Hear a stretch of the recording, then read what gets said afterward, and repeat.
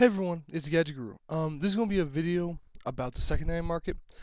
This came up last night in a topic with two of my best friends, Blitz Hits and Chisonian121. Um, they called me and we were talking about Konami, and we ended up talking about the secondary market.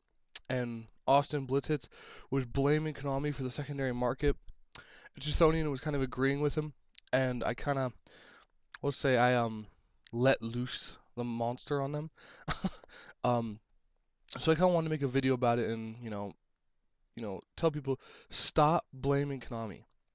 Blaming Konami for the prices of the secondary market is like blaming Smith and Wesson when they make a gun and some retard takes it and goes and kills someone. It's not Smith and Wesson's fault. They didn't intend for that gun to go murder someone. The dumbass who bought the gun went and murdered someone with it. That's how it works. When Konami makes a card, they look at it and they go, okay, how good is this card? Do we want it mass released or do we want it semi released?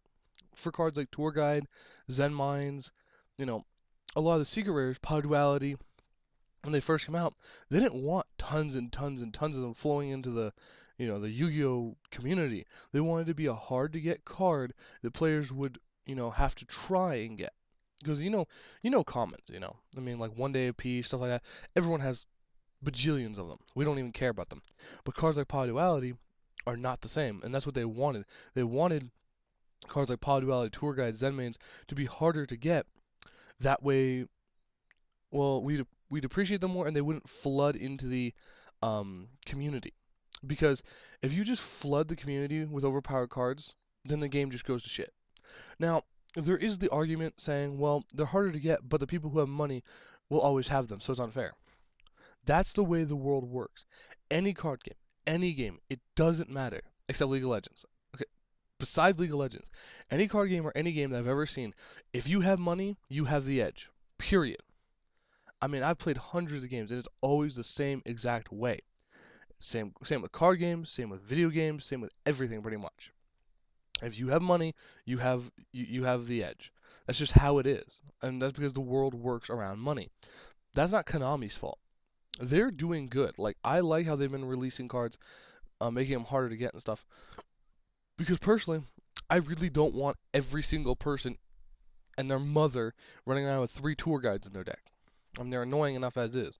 I mean, it's going to happen anyway when they make tour guide a common, but it's still, when they first released it, they didn't want that happening. Now it really doesn't matter because they made it a rare and the secrets, you know, etc., etc., etc. So I said they're reprinting stuff now so people can get it. That's what Konami does. At first, it's a hard to get card, but they do reprint stuff. They commonly reprint stuff because of that fact, like Power Duality.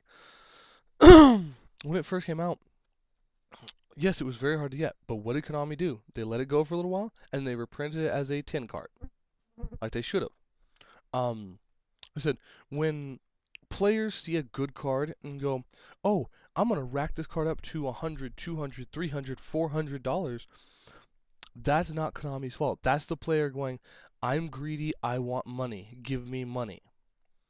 And then when someone buys it like a retard, that's someone else saying, I'm dumb enough to buy this card for $400. Here you go. Please keep jacking up the price. And that's literally what happens. Especially with Card D. When it first came out, people wanted 150 a piece. And I'm like, are you serious? Hell and no. But guess what? People were paying it. Pretty soon, people wanted like 160, 170, 180. And eventually, people were like, no, I'm not paying that. So it went back down to 150 and then went down a little bit more. And it was just ridiculous when Card D came out. But it's like that with every secret rare.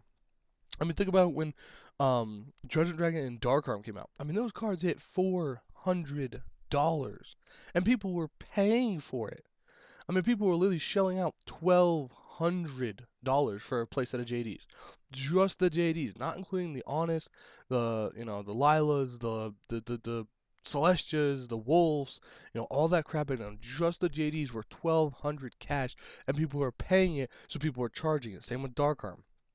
Now they didn't stay that way for long. They only stayed that way for a little bit, but you get the point. It's it's ridiculous. But like I said, it's not Konami's fault. They have no control over that. When they make a card, they make it and they base it off of, what do we want to support? What do we want to help? What do we want to, you know, do. And then after they make it, they say, okay, well, do we want this card um, mass flooded into the game? A lot of times the answer is no, because they make it very powerful, especially if it's secret rare. So obviously the card's gonna be harder to get, but when people jack up the price, that's not Konami. That is people and people only. So basically, in short, stop blaming Konami for secondary price and market values. Yes, they made it a secret, but they made it that way because they don't want it to flood out everywhere. I mean, they could just make all cards common. Like that's what Blitzit was saying. We'll just make all the cards common. Okay, they could do that, but then everyone would play the same deck, pretty much. I mean, it would just be boring, in my opinion. I mean, I don't know. Like, I mean, I played one game before where there was no rarities, and it was just everybody played the same cookie cutter deck. Period. There was no differences at all because everyone had all the cards, and someone just found the best build and was like, "Oh, look, didink." So I don't know. I mean, I guess you could go with that route, but I just don't think they are because I like Konami's I wouldn't say strategy, but I like Konami's way of making cards and releasing them to the public so that, they're limited in the public. Because I agree, not everybody and their freaking mother should run 3 tour guides, especially when most people who have the tour guides don't even know how to use them. So why would we want the little kids at tournaments having tour guides? Even more confusion and headache. Yay, regionals. But so yeah, that's my thoughts on the secondary market in Konami. Hate me if you want, I don't care. Um, this is, this is fact. They have no control at all over the secondary market. It is players only who make those prices. Players only. Because any player could sell any card in this game for $1 if they wanted to, but they won't. And that makes it the player's fault, not Konami. You can't argue with that logic. Alright, Guru, I'll catch you guys later.